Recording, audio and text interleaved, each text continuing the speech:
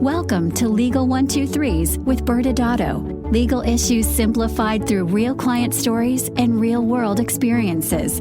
Creating simplicity in 3, 2, 1. Welcome back to another episode of the Legal 123s with ByrdAdatto. I'm your host, ByrdAdatto, with my co-host, Michael Byrd. As a business and healthcare law firm, we meet a lot of interesting people and learn their amazing stories.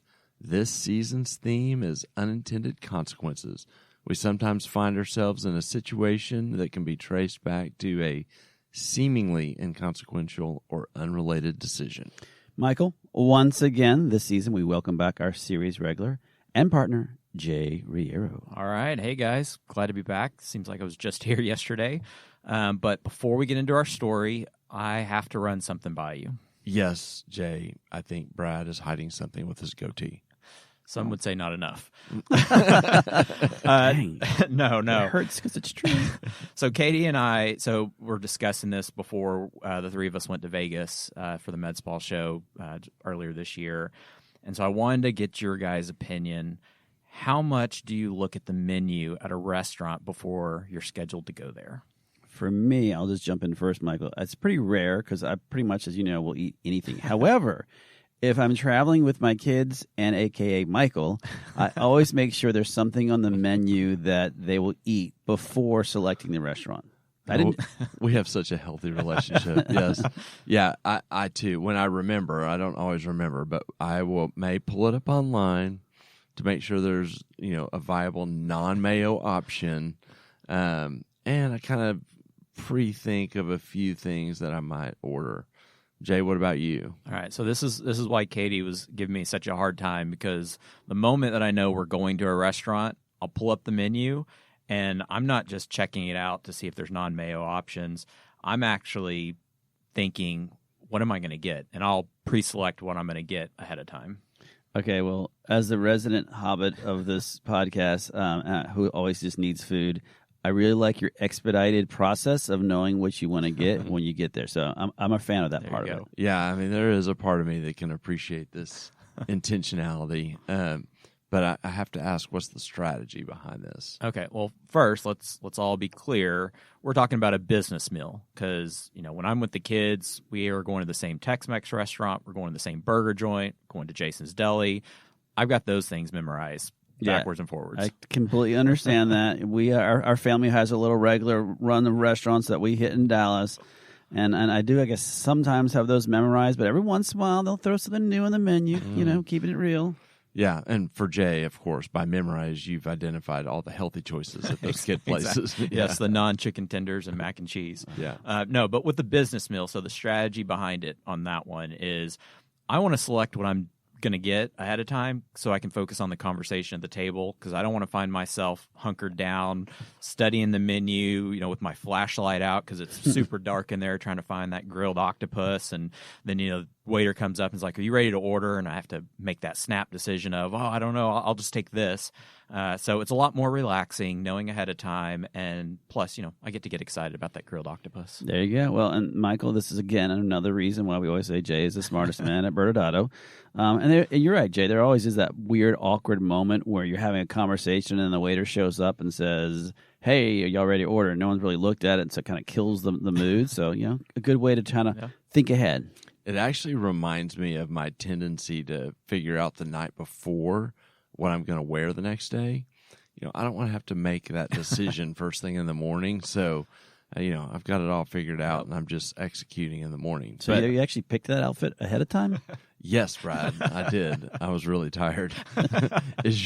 So Jay, is your decision set, and do you change your mind? All right, come on, Michael. I'm not a monster here. I'd usually have a couple of backup options, and I've been known to switch things up and go with something different, especially if the waiter, says something off the menu or they're special that I can actually hear when he's talking.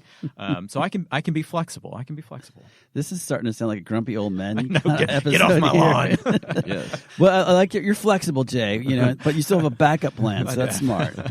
Rigidly flexible. So I think other than identifying that we all are a little anal and maybe not that spontaneous, I'm not sure this has anything to do with unintended consequences. No, it doesn't. I wanted to know who my real friends are and that I wasn't crazy, and we can all tell Katie that what I do is not crazy. But no, I would say the unintended consequences are when you have to select something in advance. You think about a wedding or like when we do something with the firm, because present me is like, yeah, you really need a salad. It'll sound great. And then future me sits down and is like, I want a burger and fries, and yet here's a bowl of grass. Like, screw you, past self. Okay, well, I'm not sure what we learned, but it was kind of fun. Are y'all ready to jump in? Yes, do this. All right. All right. Well, let's start today. We're going to start off with our main character, and it's going to be an orthopedic surgeon out in North Carolina, and we're going to call her Dr. Kendrick. Okay, Jay, I'm not sensing a connection with that name to a restaurant or a menu, so I'm kind of curious where this is going. Yeah, so we met Dr. Kendrick when she reached out for a potential issue, wanted some guidance. You see, what happened is she had just received a demand letter from an attorney on behalf of a patient. Ooh, on behalf of her patient? It was a patient treated by our second character, P.A. Lively. P.A. Lively was a physician assistant that had worked in primary care for a few years before deciding to get more involved in aesthetics. She eventually started her own med spa focusing on injectables, and Dr. Kendrick was the current medical director for P.A. Lively at the med spa, so it was actually a med spa patient. Okay, a little curious. What was the name of the med spa? A Simple Favor Med Spa. Ooh, Jay. I'm so proud of you. We have a movie reference from now. We're getting modern. Yeah. 2018 with Anna Kendrick and Blake Lively from the movie A Simple Favor. Michael, we have officially left the 80s. We'll return. I feel oddly at peace knowing for certain that you're leaning into movie characters again instead of wondering with a little anxiety. Okay, so back to the story. This sounds like a malpractice case, which, of course, we don't do. Or it sounds like something that might be handled, by our partner, Jeff Siegel at Medical Justice. So how could we have helped Dr. Kendrick here? Well, so the letter actually wasn't specifically addressed to Dr. Kendrick. It was addressed to A Simple Favor Med Spa and P.A. Lively. But what Dr. Kendrick was concerned about, and the reason she reached out, was how serious was this, and how serious could this be, and more importantly, what was her exposure if this escalated? And so she was looking to kind of get our help in evaluating the compliance of relationship and just kind of understand what the risk was. Yeah, and for those who don't know, it's the risk, generally speaking, is going to come from an angry person, right? That risk is to either be an angry patient, an angry former or current employee, and generally an angry competitor. Somebody from there is going to, there's where your risk come from.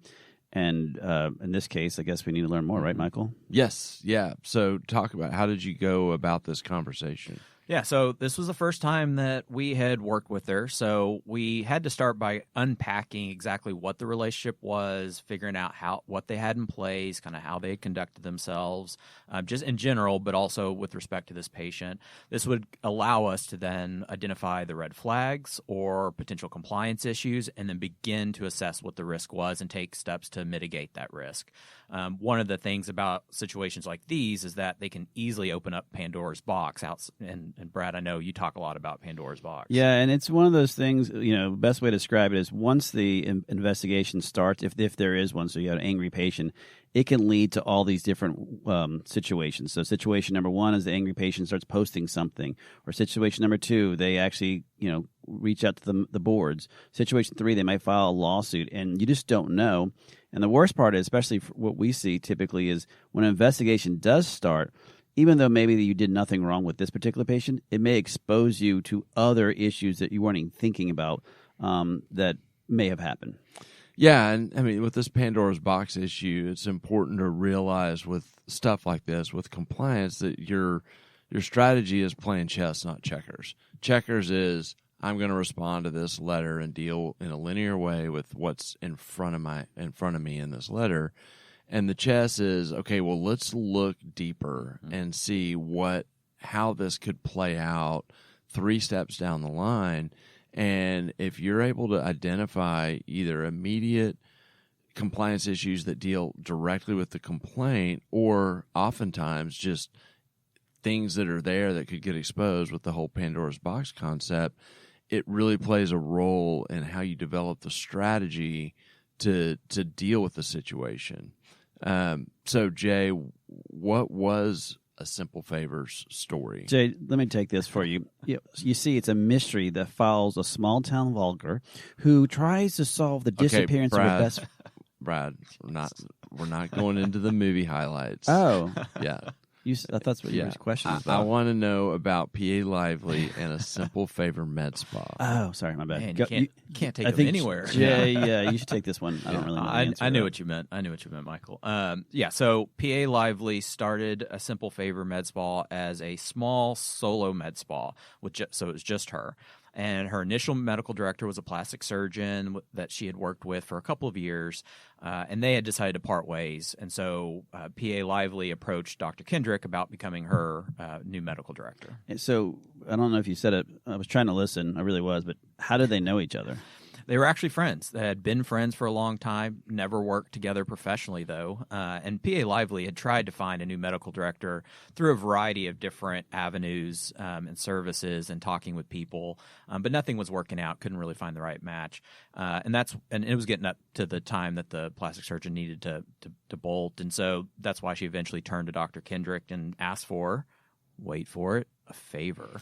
Oh, wow. You didn't leave much to the imagination there, Jay, much like your dinner orders. So, Jay, what was the pitch to Dr. Kendrick? The favor was simple. See what I did there? I'm on a roll again. Here. So Dr. Kendrick had a busy, very successful orthopedic practice and really had no desire or even time to be part of a med spa. But PA Lively didn't need that. PA Lively would run everything, felt comfortable running everything. She had been doing this for a while, right? So Dr. Kendrick wouldn't need to do anything or even come into the practice, the location. Best of all, PA Lively was willing to pay Dr. Kendrick $700 per month to act as that medical director. And plus, they only really planned on this being temporary because PA Lively wanted to find someone for a more long-term fit, and Dr. Kendrick was fine with that. So a PA, they can do a lot in most states, including North Carolina. So I can see how there would not be a huge demand on Dr. Kendrick's time with this favor. I will say $700 a month is a flag kind of relative to the risk she's taking. I totally agree. While Jay was talking, I had I was going red flag, red flag, red flag, red flag. I had so many dings going through my head, and I was like, wait, I can't do that. He's on a roll. And so I agree, Michael. That's just hearing the background of the physician and then the amount they're paying per month. Mm-hmm. What are they actually doing for the price? So I guess we can jump. Not spoiler here because they did agree to it, Jay. So what do we know that Dr. Kendrick agreed to? Yeah, you're right. She agreed because it was just a small single provider med spa. She trusted PA Lively. They were friends. She knew kind of her professional background and experience. And it was also just until PA Lively could find that long-term replacement. So it was just going to be short-term. There's nothing wrong with that. And they had been friends for a long time. And, Brad, isn't there a saying that business with friends never fails? Yeah, I'm going to have to double-check you on that one, Jay. I believe that I've never heard that statement ever said that way. It actually might be the complete opposite of that statement. Okay. That makes a lot more sense. Well, regardless, it didn't disrupt Dr. Kendrick's practice, wouldn't take any attention away from how the successful orthopedic practice that she was focused on. And plus, mailbox money would be nice. So I have to ask, was this the decision that later had unintended consequences? Yes. So, because the decision was made more than 2 years ago before Dr. Kendrick's call came to us and before that patient demand, because it seems that PA Lively in a Simple Favor med spa started to take off and she got pretty busy. Having a busy practice, that does sound like a good thing. And I'm using a big right question mark. I'm not sure. Yes, for PA Lively, absolutely. That's a fantastic thing. But what this meant was that PA Lively didn't have time to look for that replacement. And so it became a little bit more permanent 2 years later. And based on your discussion earlier, we're assuming at this point that Dr. Kendrick was still not that involved. So, right, probably didn't really affect her much either. Brad, is that a trick question? What? Yes, nice softball there. Not only was it becoming more permanent, but it was growing too. And so PA Lively had become so busy at that point that she decided, you know what, I need to bring on more people to do this stuff. I can't do it all. So she eventually hired a CRNA, registered nurse, esthetician, a front desk person with experience in aesthetics, and she had also taken on new space to accommodate all that growth. Yeah, I mean, there's a compounding effect. I mean, I think there's some question on how compliant they were from the beginning based on the red flags.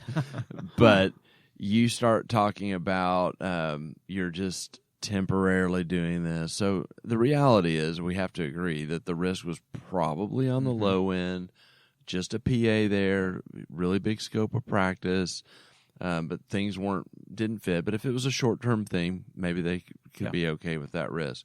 Well, that as you go into 2 years and scaling and multiple employees, the risk profile looks completely different at that point. Yep. And so here was the problem. Dr. Kendrick never had the conversation on the front end to understand the risk, the potential issues with becoming a medical director, even if they were small and it was just temporarily, an arrangement. But what she was finding out during our conversation as we started to unpack all this was not just the specific risk that she accepted when she became that medical director, but also how much it had continued to grow, to your point, Michael, with the growth of Simple Favor Med Spa. Yeah, and we've kind of been hinting around it this episode, but it really does sound like Dr. Kendrick has become that absentee physician, really not paying attention to a medical practice, in this case, the PA's medical practice that she was supervising. All right, well, let's take a break, and after the break, talk about the risk to Dr. Kendrick and find out what happened. Many business owners use legal counsel as a last resort rather than as a proactive tool that can further their success. Why? For most, it's the fear of unknown legal costs. ByrdAdatto's Access Plus program makes it possible for you to get the ongoing legal assistance you need for one predictable monthly fee. That gives you unlimited phone and email access to the legal team, so you can receive feedback on legal concerns as they arise. Access Plus, a smarter, simpler way to access legal services. Find out more. Visit ByrdAdatto.com today. Welcome back to Legal 123s with ByrdAdatto. I'm your host, ByrdAdatto, with my co-host Michael Byrd, and series regular Jay Reyero is still in the house. Woohoo! Now, Jay and Michael, for those who aren't paying attention, this season's theme is unintended consequences.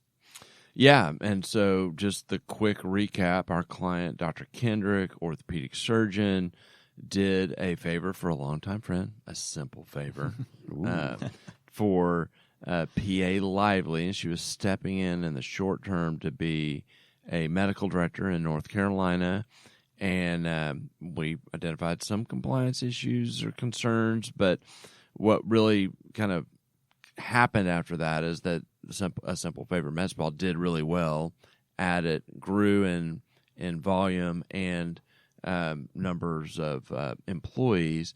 And so, kind of where we started the story and where we can pick back up is she got this, Dr. Kendrick, or the med spa got a letter from a patient, and Dr. Kendrick wanted to understand what her risk was. Yep. And so, Michael, when we started talking to Dr. Kendrick about some of the risks, and we talk about it so often, I hate to sound like a broken record, really, but becoming a medical director is not just the acquisition of a title and that's it. There's a level of responsibility that comes with it, particularly as the one in charge of the medical practice, and the risk and the responsibility depends on the situation and the setup and the people involved. Now, you mentioned a PA, being able to do a lot of stuff without the heavy involvement, and that's absolutely correct. But one of the things people forget is that a lot of times with physician and PAs, there's a supervision requirement and certain obligations, whether it's patient chart reviews, whether it's periodic site visits, whether it's some level of oversight, and same thing with collaborative NPs. Yes, it's a collaborative relationship, and they can be what we say autonomous, meaning they can be on their own, but there's still a level of obligations and responsibilities that the physician has to have. And if a board, medical or nursing, starts asking questions, they're going to ask for the information regarding how did you fulfill those roles in that relationship. And so, medical director is a lot more to it than just taking a name and getting some mailbox money to it. Yeah, and it's not that anyone doesn't love mailbox money, because it sounds like an amazing way of having money just show up in your mailbox. But you have to understand, I used that word earlier, absentee physician, right before break. And those who don't know, an absentee physician really generally refers to a doctor that's not physically present, in this case, or actually involved in the assigned duties to oversee the practice. And so in the context of our story right now, we have a supervising physician, Dr. Kendrick, who's not even actually engaged in guiding the medical staff, much less PA Lively at all. And that's, Michael, that opens up to some exposure there. Yeah, and so kind of going back on this compliance risk compounding that we talked about, where you got a problem and then you just kind of add to it and it can spread and become an even bigger problem. Even though she didn't need a ton of oversight, there was these issues that you just mentioned, Jay, that are absolutely problematic. And as I said, you start adding employees, and that compounds it. The reason it compounds it is because if you're the supervising physician, your license is involved in the chain of care, and so you have to have some level of vetting and decision making on hiring and who's going to be touching patients, and there are different rules on how much you can allow a PA or an NP to supervise other employees, and so you have to be mindful that can vary by state, but there's still no matter what, there's some level of oversight by the physician. So now, instead of no oversight for someone that has this autonomy that you mentioned, you have that and no oversight on a lot of people that need some real oversight. Yeah, and if you go back to Dr. Kendrick's arrangement with PA Lively, had she had the conversation in the front end, she would have understood what the risks are and then made the informed decision to accept it because, again, it was temporary. It's a PA. It was just PA Lively. But more importantly is that we would have been able to have the conversation of how that risk changes and for her to be able to be alert and aware of, I see PA Lively wants to hire someone. My ears perked up, my ding button went off, whatever, my red flag went up. I need to have a conversation to understand what does that mean. And so it could have been acceptable in the short run, but in the long run, there would have been probably a point where she would have said, hold on, I'm not comfortable with this. This was supposed to be short term. We're a year in. Now you're putting more people underneath. We haven't talked to healthcare counsel or someone who can tell us what to do and how to do it correctly. And so, it's about having that conversation on the front end. And we haven't even touched on just the regulatory environment in the state itself, and especially in a state with North Carolina, where they're a little bit more aggressive and they tend to view these things in a much more strict light. Yeah, first off, your point is, depending on your state, really will drive some of these conversations. In certain states, North Carolina, Illinois, California, they're very black and white. It's either correct or it's incorrect. And that kind of reminds me of an actual medical board opinion that we saw coming out of North Carolina, where a PA was reprimanded for inadequate supervision. In that particular case, you had an anonymous complaint that the PA was practicing without physician supervision, period. So when the medical board really opened up that investigation, it was kind of like the Pandora box moment we were talking about earlier. What did they start finding out? Well, they found out that the PA did not meet monthly with her supervising physician. In fact, the PA only had one documentation that they actually had met on the if she was doing things correctly on the entire 13 months of the relationship, which, audience members, that's bad. But worse, or in like a TV commercial. But wait, there's more. After interviewing the supervising physician, the medical board learned that the supervising physician was not even trained on the procedures that the PA was providing, which was Botox and dermal filters. In fact, had never even treated a single patient with one of those types of treatments, and therefore they said, this doctor should not have been supervising this PA. Oh wow, yeah, that's pretty insightful as to painting the story of the risk. Yeah. what you have going on there. So I'm curious, Jay, what ended up happening to Dr. Kendrick? Well, once we had the conversation and the risk conversation that we would have had at the beginning, but after unpacking everything, she understood the risks, and she made it a point to really push PA Lively to de-escalate this patient conflict, get it resolved without it going any further, which they fortunately were able to do through a refund agreement, and everybody was happy. But more importantly, she had a really frank conversation with PA Lively that she wasn't really willing to stay on as a medical director. It had been too long. The risk was getting too great for her. And so since she didn't really have the desire or capacity to do it anymore, she really wanted to get a replacement in there as quick as possible. So PA Lively, them being friends, did agree, and they looked to find that transition as quickly as possible and get Dr. Kendrick out of it. Yeah, I'm just thinking about this, especially just based on what's going on in North Carolina in general. Just the reaction I have to this is you hope that both professionals involved really understands that, going back to the title, a simple plan doesn't always mean it's simple. And in this particular case, they need to find a way to resolve it quickly to really protect both their licenses here. Because I know in that medical board investigation, it was really the PA that got in trouble. That was the one that got reprimanded. But that doesn't mean that the physician couldn't get in trouble also. Yeah. We talked earlier about dealing with something like this as chess, not checkers, and the main thing out of that thematically is if you look kind of underneath, you open Pandora's box and take a peek and see what the compliance problems are, is that you lean in and start fixing it. Whether you have a complaint actively and you're defending yourself, or a situation like this where it just informs your strategy maybe to do a refund agreement and then start fixing it, you're going to be better off than trying to close the box and pretending like it's not there. Yep. Jay, final thoughts? Yeah.